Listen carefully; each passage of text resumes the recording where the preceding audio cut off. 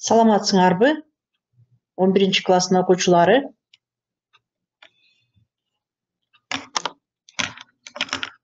Кандайсыңар? Маанайыңар жакшыбы? Билима саламатсыңбы? Так. Анда бүгүнкү сабагыбызды баштайлы. Айнуска саламатсыңбы?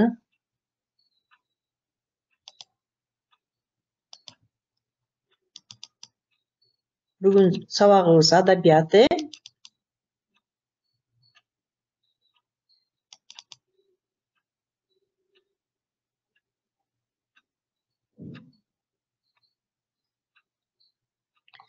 Так, бүгүнкү сабагыбыз адабият сабак балдар. Өткөн сабакта биз силер менен кайсы теманы өттүк? Манас изилдөөчүлөрдү өттүк, Менде мындай бир суроо балдар. Манас изилдөөчүлөрдүн аттарын атап кеткиле. Манас изилдөөчүлөрдүн аттарын атап кеткиле. Өткөн сабак боюнча кыскача кайталап кетейли. Манасты кимдер изилдеген? Радлов, Бермек туура. Дагы дептериңер жаныңарда бар, конспектлериңер бар болуш керек. Баарыңар Валиханов туура, Бермек, Чукан, Валиханов. Баарыңар дептерлериңерди ачкыла. Бүгүнкү числону жазгыла, бүгүнкү темабызды жазгыла. Китебиңерди алдыңарга алгыла. Чукан, Валиханов, Радлов, дагы ким? Дагы ким толуктап коет? Манас изилдөөчүлөр, Сагынбай Орозбаков. Жакшы.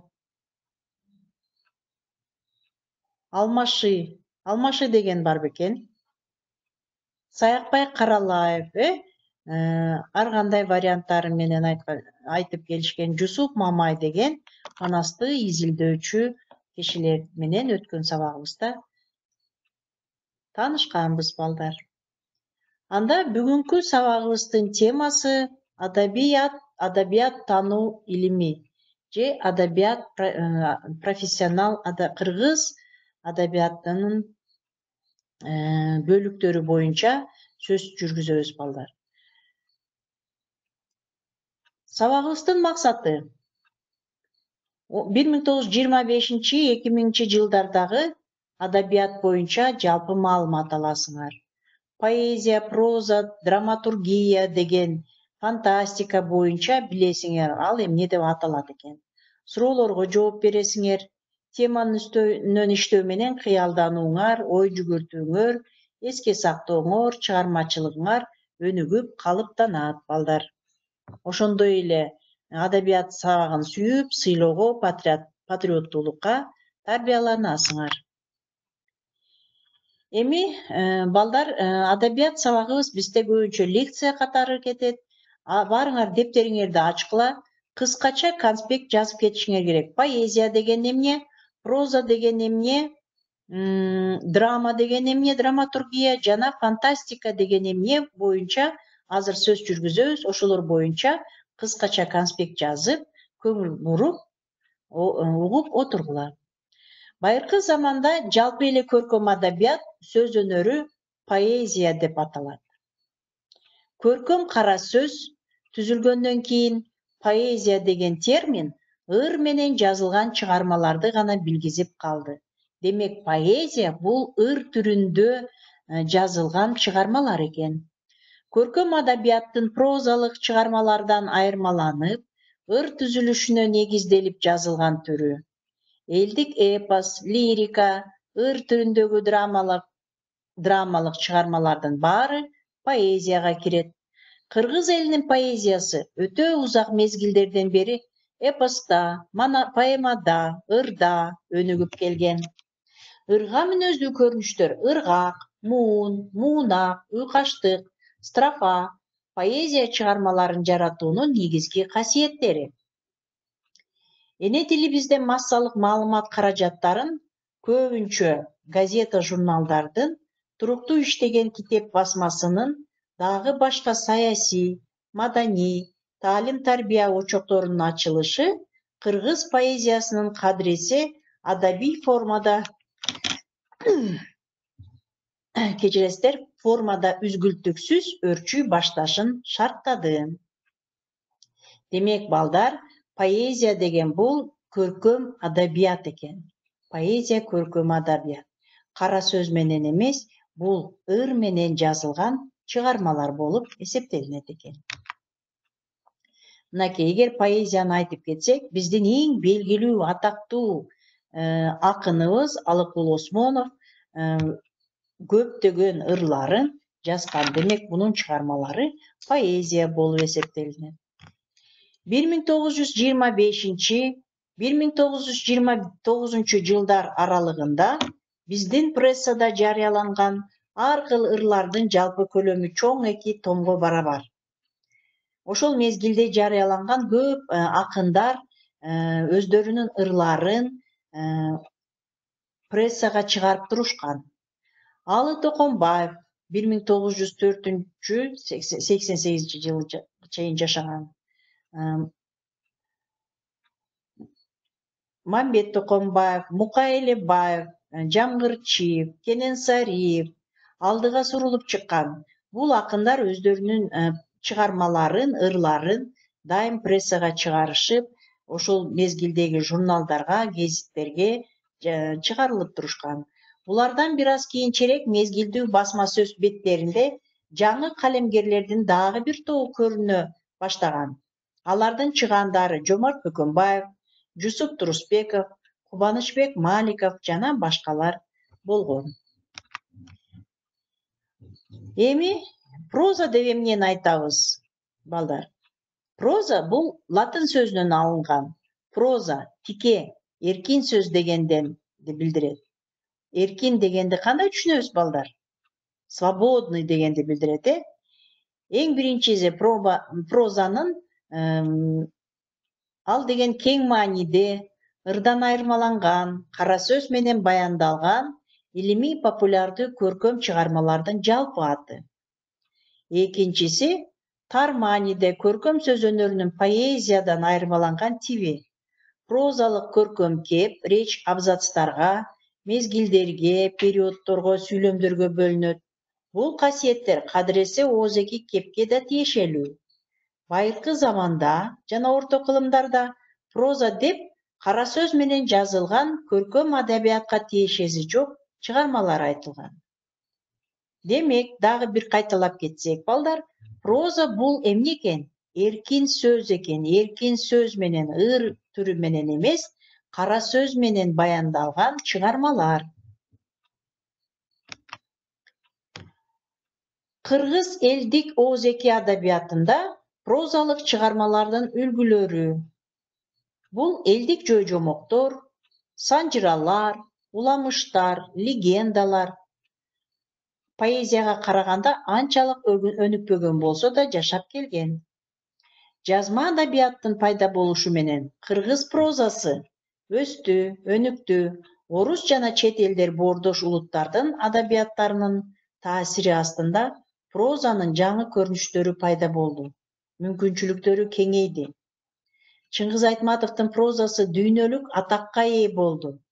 Демек, балдар, бул жерде белгилеп кетсек, Чыңгыз Айтматовдун чыгармаларынын баары адабияттын проза илимине кирет экен. Проза, себеби алар романдар, повесттер, жомоктор, уламыштар, булардын баары проза болуп кетет экен. Мына бул жерде Алы Токомбаев, биздин белгилүү жазуучубуз, белгилүү чыгармаларды жазган, жана Чыңгыз Айтматов. Булар прозаик деп айтат. Демек, булардын чыгармалары тике, ачык айтылган чыгармалар. Бул прозаиктер, проза түрүндө жазган өздөрүнүн чыгармаларын. Кийинки адабияттын үчүнчү бир бөлүгү деп айтып кетсек болот, үчүнчү илимий деп айтып кетсек, бул драматургия. Драматургия бул арине драмалык чыгармалар көбүнчө жазма, чийме урунган элдерде улуттук театр өнөрүнүн репертуардык драмалык тексттерде муктаждыгынан улам пайда болгон. Демек, балдар, драмалар көбүнчө театрда коюлат. Кайсы бир тема боюнча сценарий түзүлүп, ал жерде артисттер баары драмалык чыгармаларды аткарып, элге көрсөтүшүп, элге таанымал болушат. Демек, кыргыз театр өнөрүнүн өнүп өрүшү башташы биздин тилде драмалык адабияттын келип чыгышын шарттады. 1920-жылдардын экинчи жарымында Фрунзеде, Бишкекте жаңы ачылган Борбордук педагогика техникумунун студенттери драма жана ыр-хор иримин уюштуруп, сахнада ойноого арналган адабий тексттердин эне тилибизде жогунан улам иримге катышуучулар андай тексттерди өздөрү жаза баштаган. Чакан пьесалардын авторлору ал кездеги студенттер Байжиев, Токомбаев, Жантөшев, Маликов, Сасыкбаев, Элебаевтер болгон. Бул ошол мезгилде жаш жазуучулар эле. Ошол эле мезгилде бул жаш жазуучулар пьесаларды жазган. Пьеса менен чыгарманын айырмасы, балдар, пьесада ал жерде каармандар бар, Эң биринчи каармандардын сөздөрү, алар аткарышат, диалог түрүндө, ошентип аткарышып, ал чыгармаларды сахнада сахналаштырылып коюлат. Алар драма деген эмнени билдирет? Драма деген сөз. Бул кандайдыр бир чыгарма өзүнүн бир кызык өнүп өрчүгү баштаганын билдирет. Тек гана Касымалы Жантөшевдин педтехникум ирими үчүн койчулар, Айылда, Лениндин уулу, Түштө, Биз комсомол, Жоголсун байлар деген бир жана көп көшөгөлүү пьесаларынын аттары мемуардык материалдарда эскерүүлөрдө эскерилет. Демек, ошол мезгилде Касымалы Жантөшев техникумду бүткөндө, ошол койчулар, Айылда, Лениндин уулу, Түштө жана башка деген пьесаларын сахнага койгон экен. Бул жерде сахналаштырылып чыгарылып аткан чыгармалар боюнча сүрөт тартылган экен. Мынакей, бул деген, балдар, сахна. Кыргыз драма театрынын артисттери кайсы бир чыгарманы сахналаштырып көрсөтүп аткан жери. Драма деген чыгармалар, пьесалар бул сахнада көрсөтүлөт. Так, эми бул жерде дагы карагыла. Сахналаштырылып, бул Чыңгыз Айтматовдун кайсы чыгармасынан сахналаштырылган драма болуп көрүнүп атат, балдар? Карагылачы, бул жерде эне бар экен, бала бар экен. Бул чыгарманы эмне деп айтабыз? Бул бала ким? Силерге суроо. Кайсы чыгармадан жана кайсы? Бул эне балага келген. Баласы энесин таанып атабы? Ким деп айтат? Баласы энесин тааныбай, эч кимди тааныбай, эч нерсе жөнүндө ойлонбой, бир эле нерсе, манкурт, туура, Нуркыз. Бул манкурт. Чыңгыз Айтматовдун чыгармасынан Кубат, туура айтасыңар.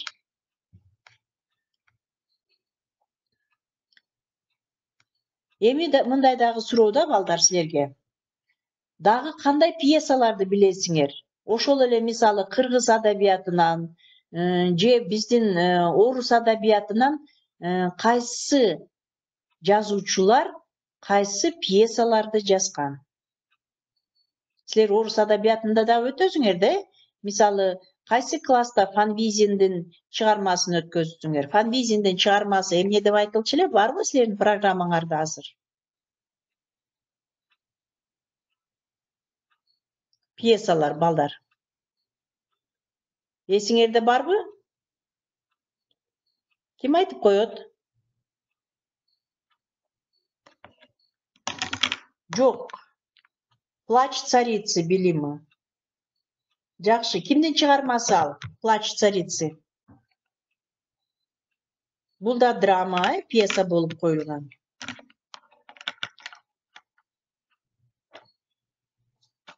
Жакшы, анда кийинки эмебизге өтөлү. Кийинки адабият таануу илиминин дагы бир бөлүгү бул фантастика балдар. Кыялый өнөр деген, кыял деген эмне? Кыял деген сөздү кандай түшүнөбүз? Воображение, да? Воображение, илимий фантастикалык чыгарма. Демек, балдар бир фантастикалык чыгармалар дагы аябай көп. Фантастикалык чыгармалар боюнча дагы көптөгөн фильмдер тартылган. Азыр ага келебиз, анан суроо берем. Фантастикалык бул кыялый, ойдон чыгарылган, турмушта болууга мүмкүн эмес нерселерди чагылдыруунун тиби. Турмушту образдуу чагылдыруунун бир жолу. Адабияттын тарыхында фантастикалуулукка чоң роль таандык. Ал көбүнчө эпос, жомок, легенда, утопия, сатира сыяктуу жанрларга мүнөздүү. Манас эпосундагы баатырлардын кайып болушу, Алмамбеттин абарайын өзгөртөр касиети, жомоктордогу желмогуз кемпир, дөөлөр, учма килемдер, аттардын адамча сүйлөшүү, кырк кулач казан сыяктуу көрүнүштөр фантастикалуу нерселер болуп саналат. Балдар, айткылачы эми, кандай фантастикалык чыгармаларды ким билет? Же окуган болсоңор, же кандайдыр бир кино көргөн болсоңор, фантастикалык кандай кинолорду көргөнсүңөр? Аябай эле фантастикалык кинолор көп. Марвел туура дагы. Эң эле белгилүү Гарри Поттер туура билима. Дагы DC. Дагы эң белгилүү, баарыңар көргөнсүңөр, Оскар алгандарды Аватар туура кубат, мен ушуну уккум келип атат. Звездные войны туура азыркы чыгарылып аткан кинолор. Андан тышкары дагы Оскарга татыктуу болгон кайсы фантастикалык?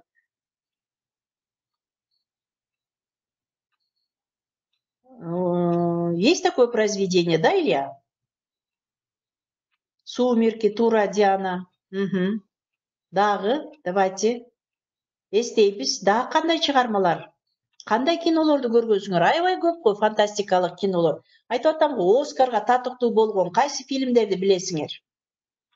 Я легенда, Азаматсың Кубат. Дагы. Демек, биз фантастика боюнча көп билет экенбиз, балдар? Фантастика боюнча. Барбы да толуктоолор? Матрица жакшы Кубат. Бүгүн Кубат жакшы активдүү иштеп атат. Активдүү иштейбиз, балдар. Бүгүнкү жооп берген, сабакка жооп бергендер, бир суроого Терминатор жооп бергендериңер болсо дагы мен электронный журналга бааларыңарды коюп атам. Бүгүн Кубат, Азамат, Илья. Назад в будущее. Жакшы. Игра престолов, мына билима, молодец. Эң акыркы Трансформеры. Игра престолов деген акыркы чыгып аткан фильмдердин бири болуп саналат экен. Жакшы. Азаматсыңар. Барбы дагы толуктоолор? Жок. Анда кийинки тапшырмабызга өтөбүз, балдар. Мынакей карагылачы. Бул кайсы фильмден үзүндү, балдар? Кайсы фильмден үзүндү? Гарри Поттерден. Туура, Азаматсыңар. Жакшы, мынакей. Бул Гарри Поттерде көргүлөчү, мына жаныбарлар бул фантастикалык. Өзү негизи жашоо турмушта мындай жаныбарлар жок, туурабы? А бул фантастика болгондуктан бул жаныбарлар сүйлөйт, бул жаныбарлар кыймылдайт, жаныбарлардын көлөмдөрү да башкача. Мына биз жана айтып кеткендей, фантастикалык чыгармаларда, мисалы, Манас эпосунда деле Алмамбет абарайын өзгөртүп берет экен. Ошондой жерлери бар Манаста. Аттар сүйлөйт экен. Ошондой көп эле чыгармаларда фантастикалык кандайдыр бир кубулуштар же фантастикалык ойлор камтылып кеткен. Эми, балдар, ручкаңарды алып, дептериңерге суроолорду жазгыла. Проза деген эмне? Поэзия деген эмне? Драматургия дегенди кандай түшүнөсүңөр? Проза тике эркин сөз. Азаматсын билима? Поэзия деген эмне? Поэзия деген эмне? Эгер жазып отурган болсоңор, дептериңерди ачып, драматургия, әрине драмалык чыгармалар көбүнчө. Туура. Так, эми калган сүйлөбөй, унчукпай отургандар суроолорду жазып алгыла. Илимий фантастикалык чыгарма. Ал Азамат билими, молодец. Кыялдануу, Азаматсın билими. Эң сонун. Суроолорду дептериңерге жазып алгыла. Андан кийин мен силерге айтканмын, бул дептериңердеги бардык жазып аткан конспекттериңерди, бул берилген суроолорго жоопторду, берилген тапшырмаларды дайым жазып турушуңар керек. Себеби мен 11 В классты чакырдым, анда да толук алып келген жок. Кимдер мага тапшырма алып келбеген болсо, аларга баа жок. 11 А, 11 В мен дагы бир жолу айтып кетейин. Дептериңердеги тапшырмаларды мен текшеремин. Чакырган күнү келип мага көрсөтүп кетсеңер, мен электронный журналга коюп коем. Андан тышкары үйгө тапшырма. Жазып бүттүңөрбү тапшырмаларды? Жазып алгыла. Мен баарын текшерем. Андан дагы балдар. Так, 11 В класс. Ибрахим, сен кыргызча ырдап, бүгүн мага слайд жөнөтүшүң керек. 11 А класс. Мен өткөн сабакта жетишпей калдым силерге айтканга.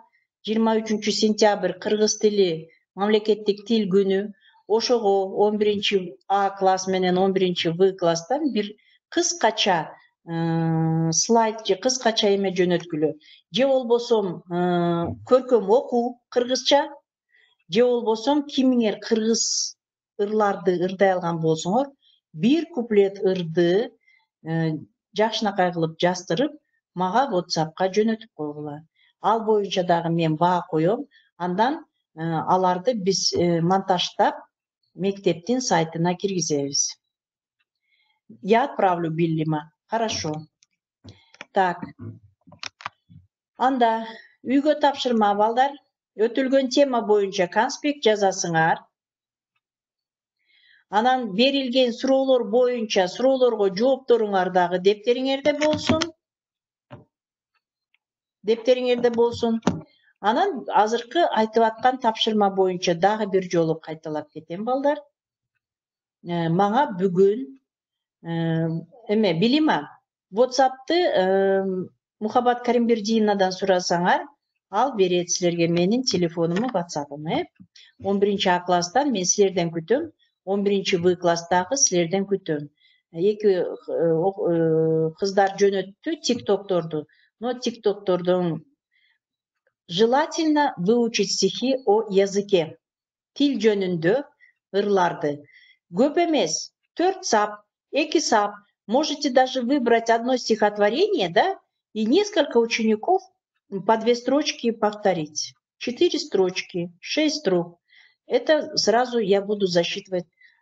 Можно про родину. Бирок кыргызча.